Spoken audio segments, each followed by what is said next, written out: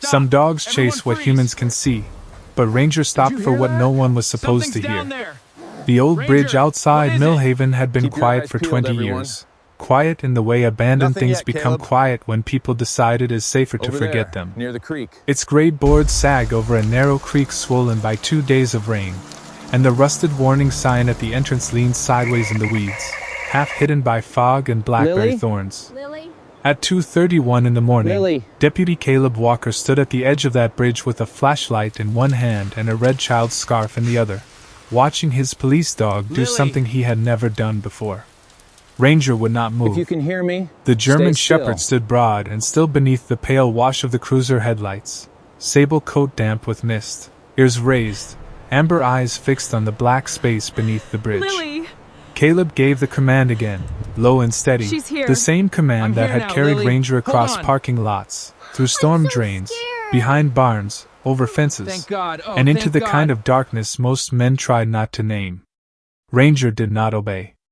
He took one step forward, placed his front paws on the first plank, then froze so hard his muscles trembled under the wet fur.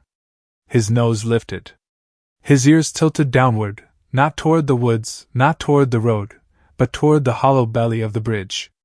Caleb felt the night change. It was not loud. Nothing dramatic happened.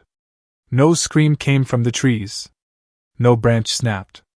No shadow moved beyond the beam of the flashlight.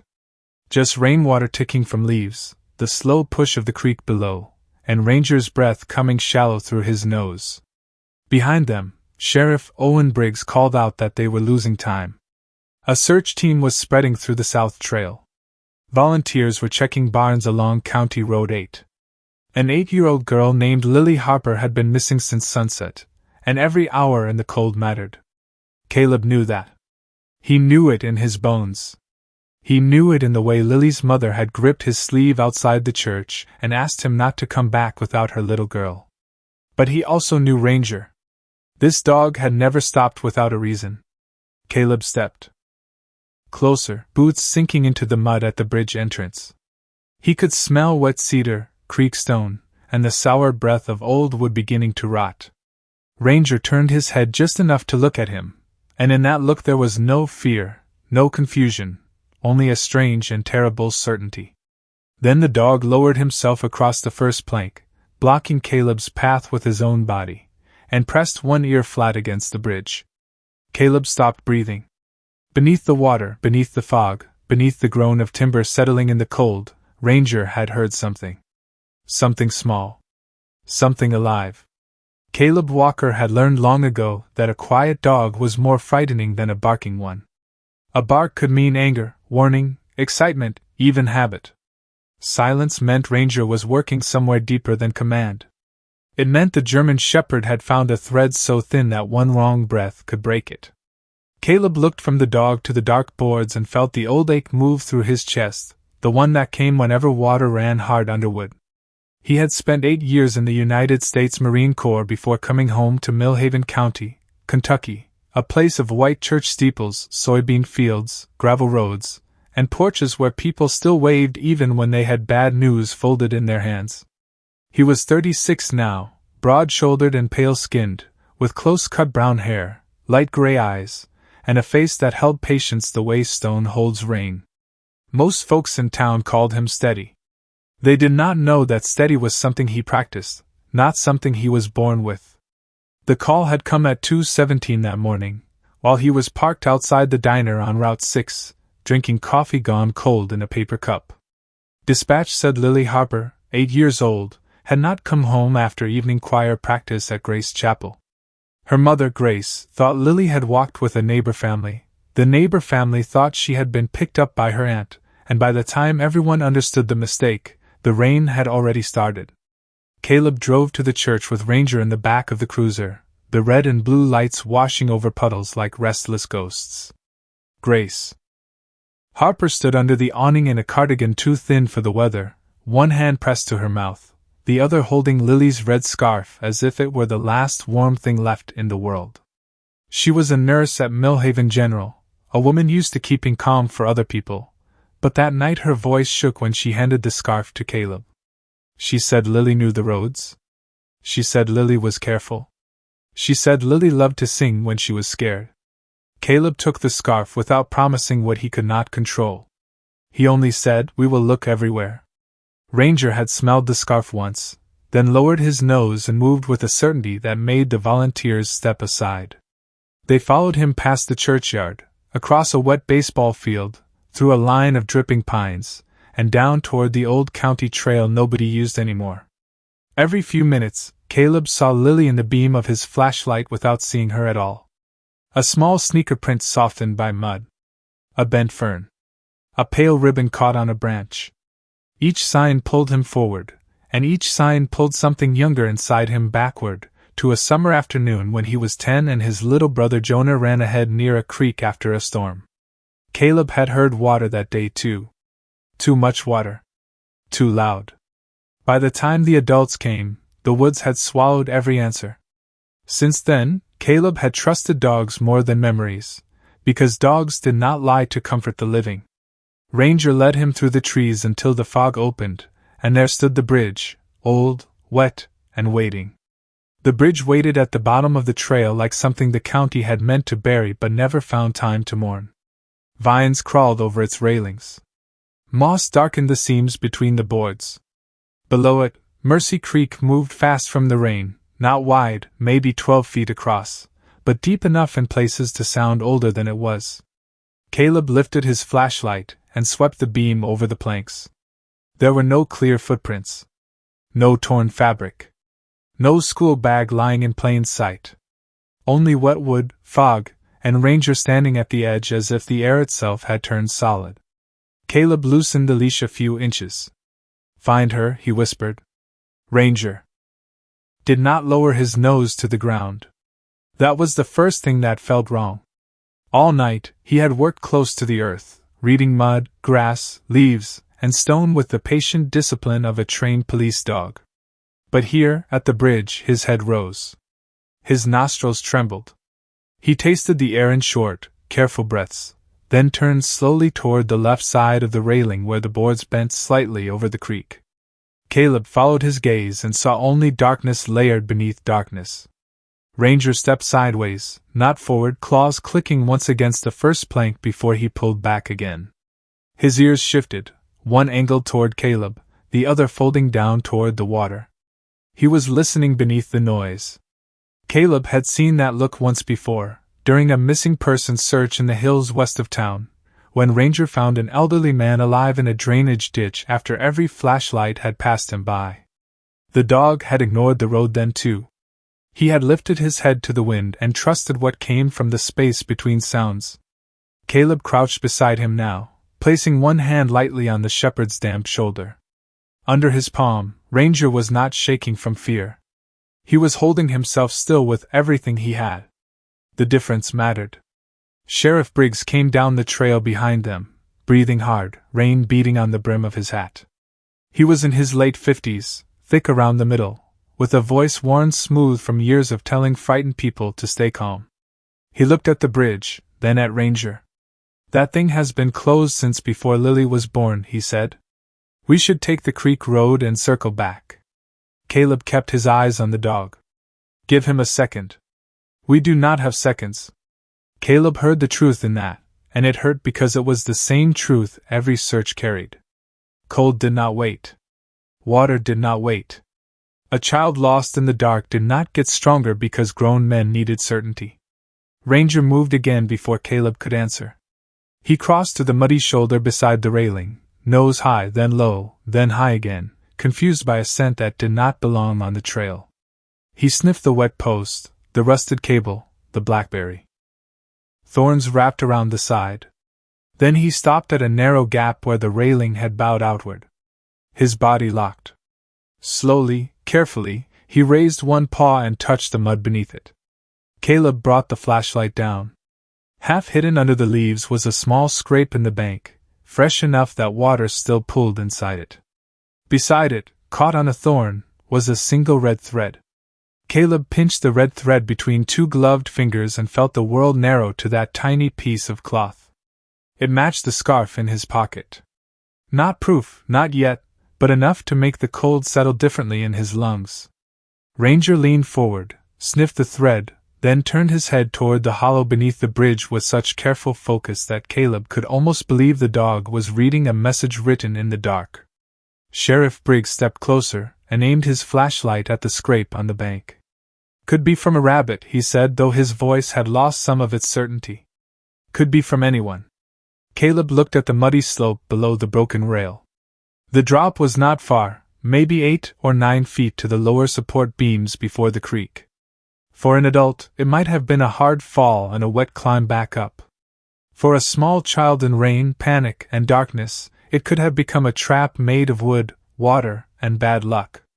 Ranger suddenly gave a low whine and moved back to the center of the entrance, blocking Caleb again. Not aggressive. Not disobedient. Deliberate. Caleb tried to step around him on the right. Ranger shifted right. Caleb moved left. Ranger moved left and pressed his shoulder against Caleb's knee with quiet force. Briggs sighed behind them. "Caleb, that bridge cannot hold you. If Lily came this way, she may have crossed before the rain got worse. We need to check the far bank." Caleb stared at Ranger. The dog's amber eyes did not leave the boards. Twice now, he had refused the bridge. Twice now, he had pulled Caleb toward the side instead of forward. The pattern was forming, and Caleb knew patterns were how truth introduced itself when people were too frightened to listen. From up the trail came the sound of tires on wet gravel and hurried footsteps.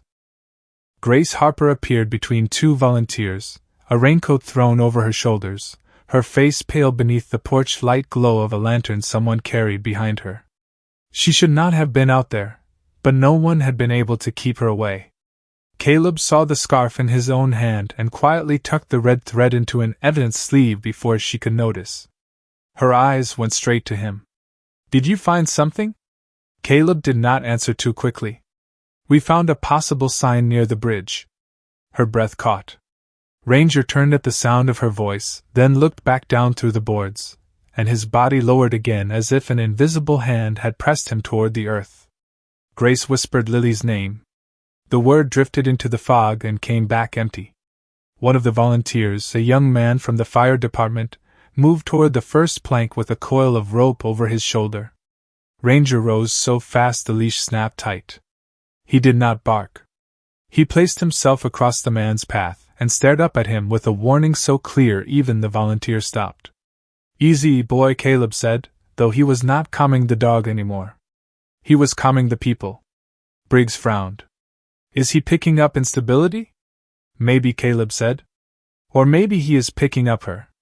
The creek pushed beneath them, steady and cold. Rain tapped the leaves. Somewhere under the bridge, a loose piece of metal clicked once, then fell silent. Ranger's ears dipped toward that sound. Caleb felt the hair rise along the back of his neck. He lifted one hand, asking everyone to be still. For the first time since the search began, no one moved. The silence held so tightly that even the creek seemed to lower its voice. Caleb stood with one hand raised, his flashlight angled toward the slick boards, watching Ranger listen to something none of them could hear. The German shepherd's ears moved in tiny adjustments, left, right, downward, then still. His nose worked once. His body shifted toward the broken railing where the red thread had been found, but he did not step onto the bridge. He circled back instead, slow and deliberate, paws pressing into the mud along the left bank. Caleb followed, giving him enough leash to work, but not enough to slip. The slope beside the bridge was steep, tangled with blackberry vines and wet leaves. Below, the support beams disappeared into fog like the ribs of some old forgotten animal. Ranger stopped halfway down the bank and began to paw gently at a cluster of grass lodged against a cedar root. Not frantic. Not digging wildly. Just one controlled scrape, then another. Caleb crouched beside him and moved the grass aside. His flashlight caught the edge of something pale. For 1 second, his mind refused to name it. Then the shape came clear. A child's sneaker, small, soaked, with a pink star on the side and one lace pulled loose. Grace made a sound behind him that barely reached the air. Caleb turned quickly, holding his hand up again, not to silence her pain, but to protect it from breaking loose too soon. "We do not know yet," he said softly. But his own voice sounded far away.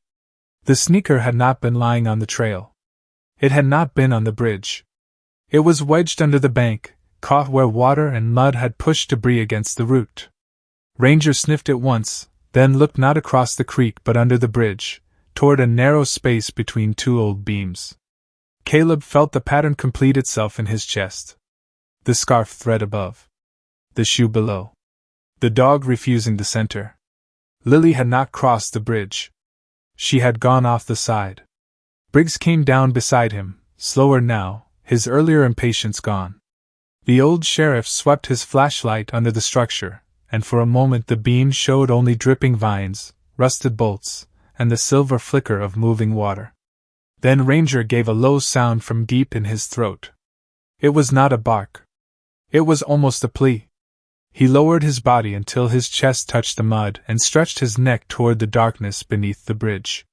Caleb lay down beside him, ignoring the cold water soaking through his uniform.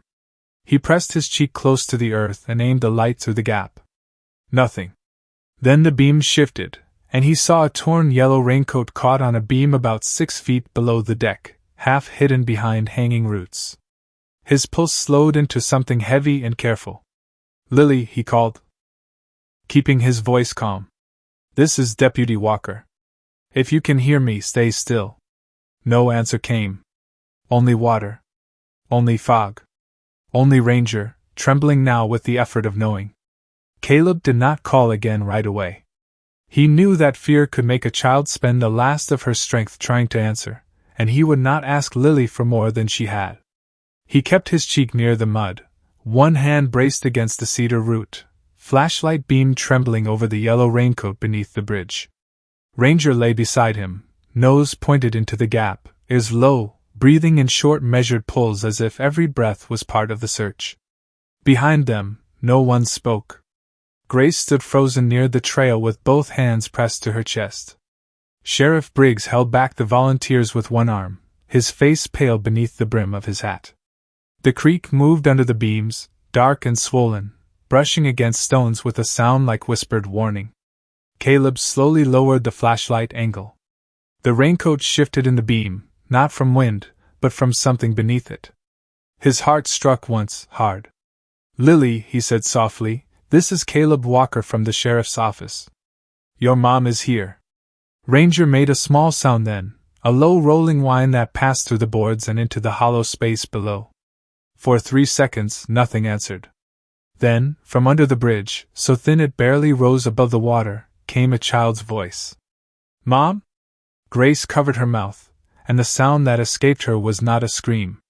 It was a prayer breaking open. Caleb closed his eyes for half a second, not in relief, not yet, but in gratitude that the night had given them a voice to follow. "Stay still, sweetheart," he said, keeping every word calm and slow. "We hear you. We are coming to get you." The raincoat moved again. Caleb adjusted the beam and finally saw her clearly.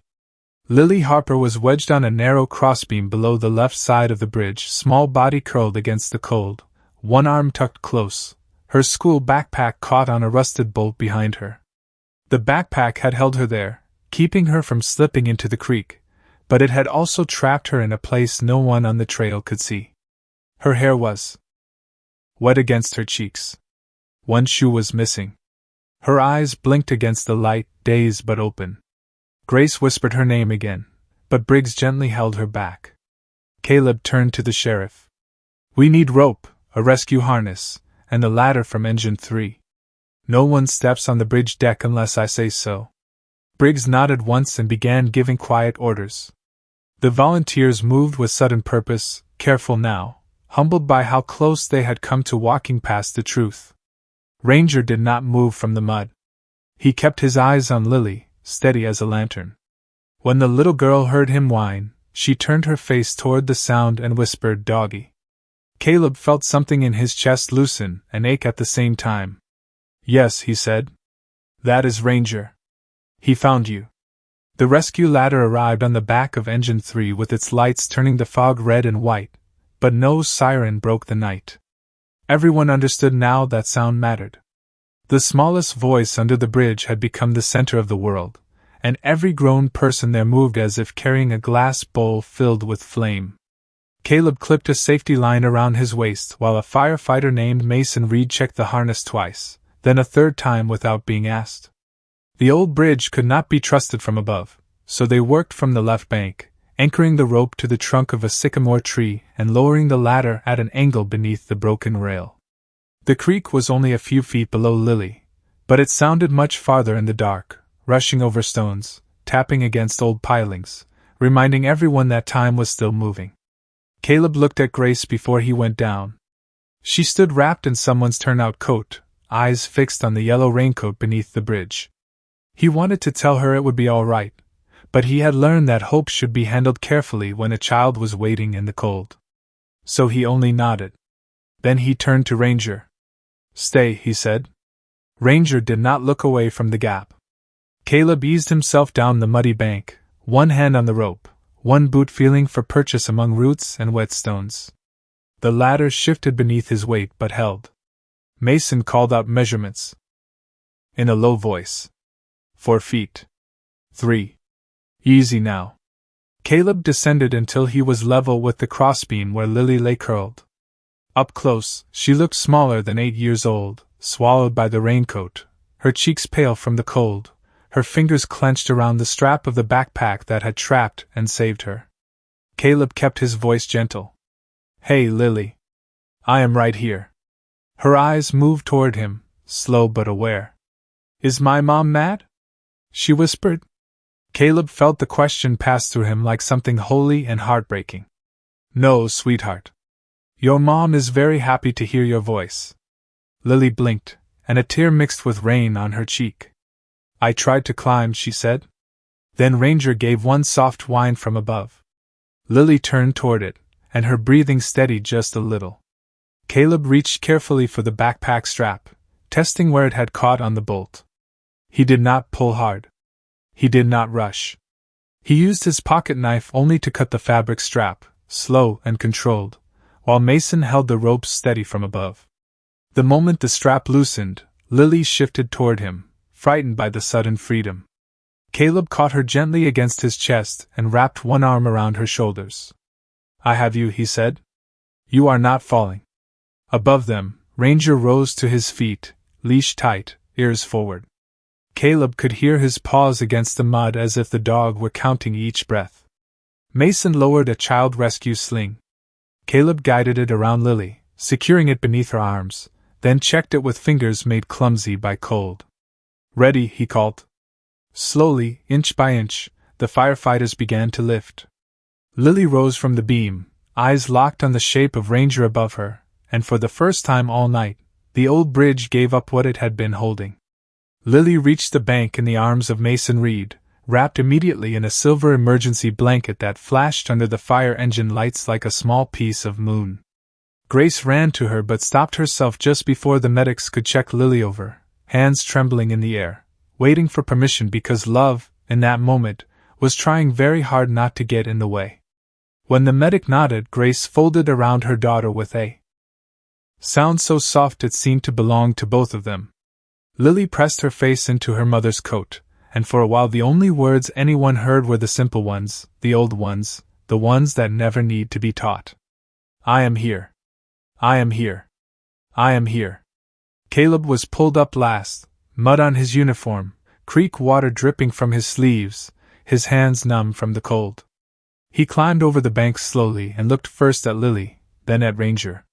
The German shepherd sat a few feet away, chest rising and falling, eyes still fixed on the child as if the search would not be over until he saw her breathe safely in her mother's arms. Caleb unclipped the leash and gave him one quiet word. "Okay." Ranger crossed the mud with careful steps and lowered his head near Lily's blanket. The girl lifted one small hand, still shaking, and touched the fur between his ears. "You heard me," she whispered. Ranger closed his eyes for half a second, leaning into her palm like he understood every word. Sheriff Briggs turned away and wiped his face with the back of his hand, pretending it was rain. The volunteers stood in the fog, quiet now, changed by the knowledge that they had almost walked past a miracle because it did not look like one at first. It looked like a dog refusing to move. It looked like delay. It looked like disobedience. Then Lily opened her other hand. Her fingers were stiff from the cold, but she had been holding something tight through the entire rescue. Caleb knelt as Grace gently helped unfold the little fist. Resting in Lily's palm was a worn metal tag, darkened by years of mud and water, its chain broken, its letters scratched but still readable under the flashlight. Caleb did not reach for it at first. He only stared. Walker. Thomas J., United States Marine Corps. The night seemed to draw back around him. Thomas Walker had been Caleb's father, gone for many years now, a quiet Marine who had helped repair that bridge after the flood that changed Caleb's childhood. Caleb had not seen that old spare tag since he was a boy. Somehow it had remained beneath those boards, hidden in the place that had taken so much from him, waiting through seasons of rain, frost, weeds, and silence. Lily looked up at him with tired eyes. "I found it when I was scared," she whispered. "I held it so I would not feel alone." Caleb bowed his head, and this time he did not fight the tears. Ranger moved beside him and pressed his shoulder against Caleb's knee, steady as a prayer that had finally found its way home. By the time the first pale light touched the tops of the sycamore trees, the rain had faded into a mist so thin it seemed less like weather and more like a memory leaving the ground.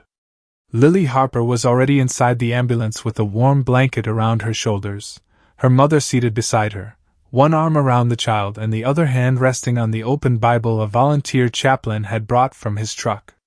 The medic said Lily was cold, exhausted, and frightened, but she was awake, speaking, and safe.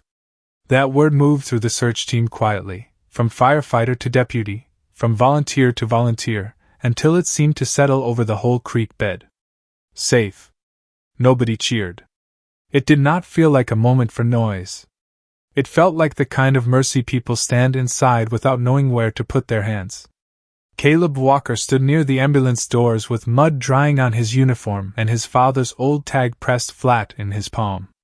He had cleaned the face of it with the edge of his sleeve until the letters came through clearly: Thomas J. Walker, United States Marine Corps. His father had worn that name through heat, cold, service, silence, and all the ordinary labors that came after war. Caleb remembered him younger now, not the tired man from his final years, but the one who came home on leave and lifted two boys at once, laughing while their mother told him not to track mud across the kitchen. He remembered Thomas repairing porch steps, fixing neighbors' engines without charging them, saluting the flag outside the county courthouse every Memorial Day with a hand that trembled only when he thought no one noticed. He remembered the summer flood too, the one that tore through Millhaven County and changed the shape of everything. His father had helped rebuild this bridge after that flood. Caleb had known that part. What he had not known was that one small piece of him had been left beneath it, waiting in the dark for a frightened child to find. Ranger sat at Caleb's side, his sable coat streaked with mud, ears relaxed now for the first time all night. Every so often, he looked toward the ambulance, as if counting Lily's breaths from a distance. Caleb lowered his hand and let the dog sniff the tag. Ranger touched it once with his nose, then looked up at Caleb with those amber eyes that had stopped him before the bridge could take another secret. Caleb crouched slowly, every muscle sore from the cold climb, and rested his forehead against Ranger's. He did not speak for a while. Words felt too small for what had happened. The dog had not solved the past. He had not brought Jonah back. He had not erased the years Caleb had spent hearing water in dreams. But somehow, in the deep hours before morning, Ranger had stood between Caleb and the old wound and shown him that not every story near a creek had to end in loss. Sometimes the same place that held grief could hold grace too. Sometimes a bridge remembered both. Sheriff Briggs walked over carrying Caleb's hat, which someone had found in the mud near the bank. The old sheriff held it out without a joke, without his usual rough little cough to cover emotion. "You trusted him," Briggs said.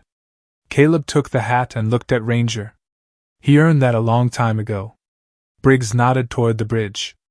"County crew will close it off today. Proper this time." No more warning sign in weeds.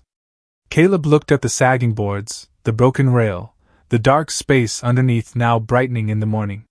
For years, people had driven past that road and said somebody ought to do something. Somebody ought to tear it down. Somebody ought to make it safe. But ordinary neglect has a quiet way of becoming danger when no one takes responsibility for it. Caleb felt no anger then, only a deep and sober understanding. Mercy was not only the moment a child was pulled from the cold. Mercy was also the work that should come after. The repaired fence. The answered call. The old road finally blocked before another family had to stand in rain and pray. The ambulance doors remained open a little longer because Lily refused to leave until Ranger came closer. Grace looked out and gave Caleb a small nod.